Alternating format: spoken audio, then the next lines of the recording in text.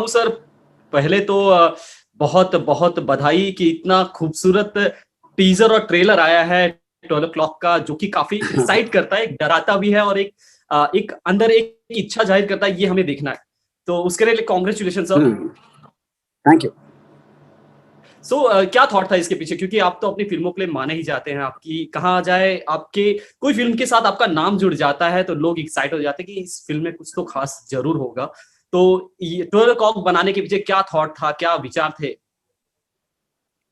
C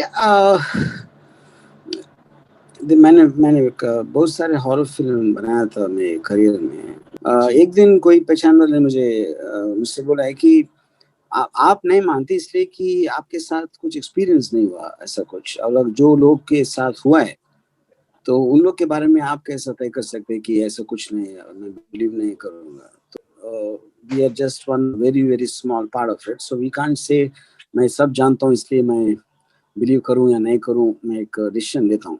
so I thought it will be interesting अगर मैंने एक सिचुएशन क्रिएट किया, जैसे इंस्टीट्यूशन है, जैसे पुलिस है, जैसे साइंटिफिक कम्युनिटी है, जो लोग कभी भी सुपरनैचुरल को एक इसमें नहीं लेते हैं, लेकिन उनके साथ कुछ ऐसा हुआ, वो लोग जो लोग कभी देखे नहीं या एक्सपीरियंस नहीं किया, तो उनकी जो प्रोफेशन के हिसाब से थे वो बाहर नहीं बोल सकते। लाइक आपने कभी एक पुलिस ऑफिसर को ये कहते हुए नहीं सुना कि ये केस में हमको लगता है कोई सुपरनैचुरल थिंग है, एक भूत है, ऐसा जो लोग मानते भी वो लोग भी नहीं मानेंगे ऐसे बातें। तो उनको अपने अपने अंदर ही रखना पड़ता है ऐसा ऐसा एक चीज को। So that is the point of 12 o'clock। फिर भी रामू सर, हमेशा से हम जो भी फिल्म मेकर रहे हैं उनका सबसे पहले थॉट ये होता है, कोई भी प्रोजेक्ट चुनने से पहले कहीं ना कहीं उनको उन बातों पर, उन थॉट्स पे भरोसा होना चाहिए। जैसे कि आपने जिक्र किया कि मुझे सुपर नेचुरल पावर है, सब में उतना बिलीव नहीं है, तो उस पर फिल्म बनाना कहीं ना कहीं मुश्किल डिसीजन नहीं हो जाता? नहीं, ये मैं नहीं मानता हूँ, इसलिए कि अगर मैं एक गैंगस्टर फिल्म बनाई, इसका मतलब ये नहीं कि मैं गैंगस्टर हूँ, या नहीं तो मैं गैंगस्टर को सपोर्ट करता हूँ। So I think I am telling the story of the people who believe. ऐसा हो सकता है कि मैं नहीं मानता हूँ, लेकिन मैं स्टोरी बनाऊंगा जो कैरेक्टर उसको बिलीव है, So I think the director's personal thing does not need to reflect in the film. Exactly. Yeah. सो अगर बात करें तो इतनी बड़ी कास्ट है, इतनी खूबसूरत कास्ट है साथ में, और कोई ऐसा एक्टर नहीं होगा जो आपके साथ काम ना करना चाहे। फिर भी किस तरह क्या प्रोसेस रहा, कैसे आपने कलेक्ट किया सभी इतने टैलेंटेड एक्टर्स को एक साथ, कैसे लाए आप? मुझे लगता है कोई भी एक्टर एक सब्जेक्ट की जो जो पोटेंशियल है, जो कंटेंट है, उसी के साथ और उनकी जो पर्टिकुलर किरदार से अट्रैक्ट होता है मेरे ख्याल से। और 12 o'clock का जो यूनिकनेस है उसी के हिसाब से आई थिंक एवरी एक्टर, जैसे मैंने मिथुन दा को मैंने कास्ट किया, मिथुन दा को तो एक्शन इमेज है उनका, जो भी व्हाटएवर इज डन, तो I thought it will be interesting to see him in a very very serious psychiatrist role. Exactly. साथ ही साथ अगर फिल्म मेकिंग की बात हो तो हॉरर फिल्मों का कहा जाए, वो हमेशा से हॉरर फिल्में बनी है अपने हिंदी सिनेमा में या फिर इंडियन सिनेमा में कहा जाए, बट कहीं ना कहीं जो इंडियन फिल्म मेकर्स हैं इतना रिस्क नहीं लेना चाहते ऐसी हॉरर फिल्म बनाने का। Being a film maker sir, क्या कहना चाहेंगे, क्योंकि आपको हमेशा ही प्यार मिला जब आपने ऐसे कोई एफर्ट्स डाले हैं, कहीं ना कहीं लगता है आपको डर है फिल्म मेकर्स को? I can't say for everyone, लेकिन हॉरर एक बहुत ही पॉपुलर जॉनर है, इसलिए कि fear is a universal emotion. हर एक आदमी को डर की इमोशन से एक बहुत ये है।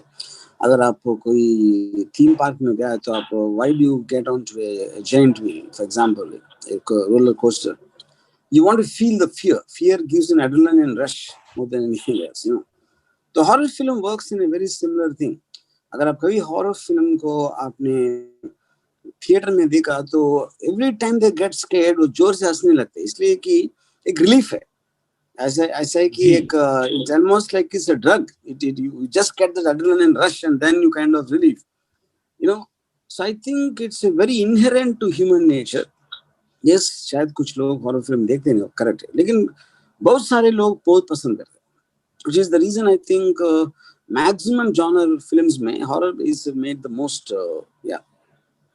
एग्जैक्टली। और एक अलग ही ऑडियंस है जो कि कभी भी इस तरफ भी जा सकती है, उस तरफ भी जा सकती है, ऐसा हॉरर का एक कंटेंट होता है। जी। सर आप रियलिस्टिक सिनेमा के लिए माने जाते हैं और आज जो डिजिटल की दुनिया है उस पे काफी कुछ ऐसा कंटेंट आया है जो कि करेक्ट। ग्लोबली बहुत पसंद किया जा रहा है। किस तरह देखते हैं इन प्लेटफॉर्म्स को sir? Now, I think it's एक है democratized filmmaking, और आप anybody can make a film and they can hope to reach the enough audience अगर वो उस फिल्म में दम है, कंटेंट में इंटरेस्टिंग एस्पेक्ट है, जो भी है, and it also gives a choice. You get the theatrical cost, I mean जो publicity cost है, the rentals है, some films cannot afford, so but they also will get a chance to be seen by the people. और अलग बहुत ही अलग अलग तरह के सब्जेक्ट मैटर से, जॉनर से, स्टाइल है, वो सब आ सकती है। So it will make it very individualistic, film making will become very individualistic, इसलिए कि आपको सर पे एक गन है कि सबको पसंद आना है, बिहार में भी पसंद आना है, इधर में भी पसंद आना है।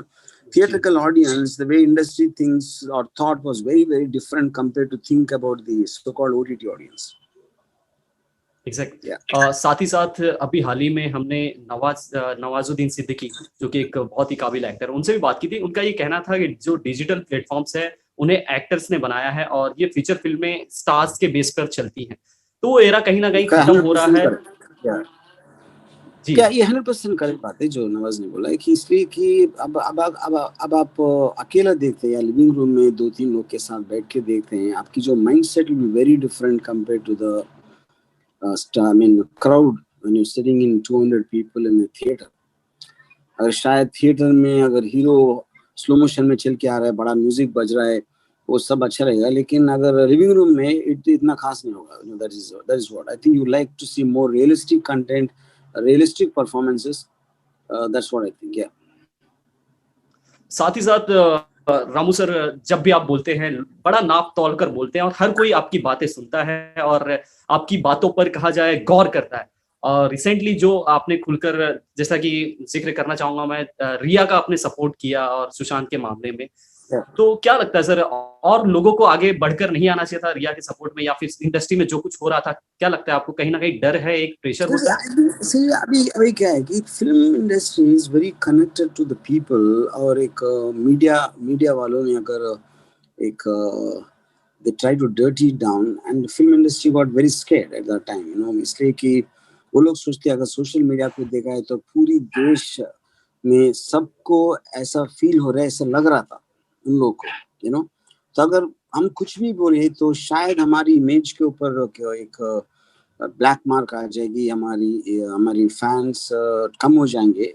This is what they thought, which I don't agree with at all, you know, इसलिए कि अगर मीडिया आज की डेट में they become the judge, they become the court, and they become investigating officers, and they become charge sheeters and defense lawyers, you know, depending on which channel you go. I think that's a culture which you already came into, and I don't think it will go at all. It will only become worse.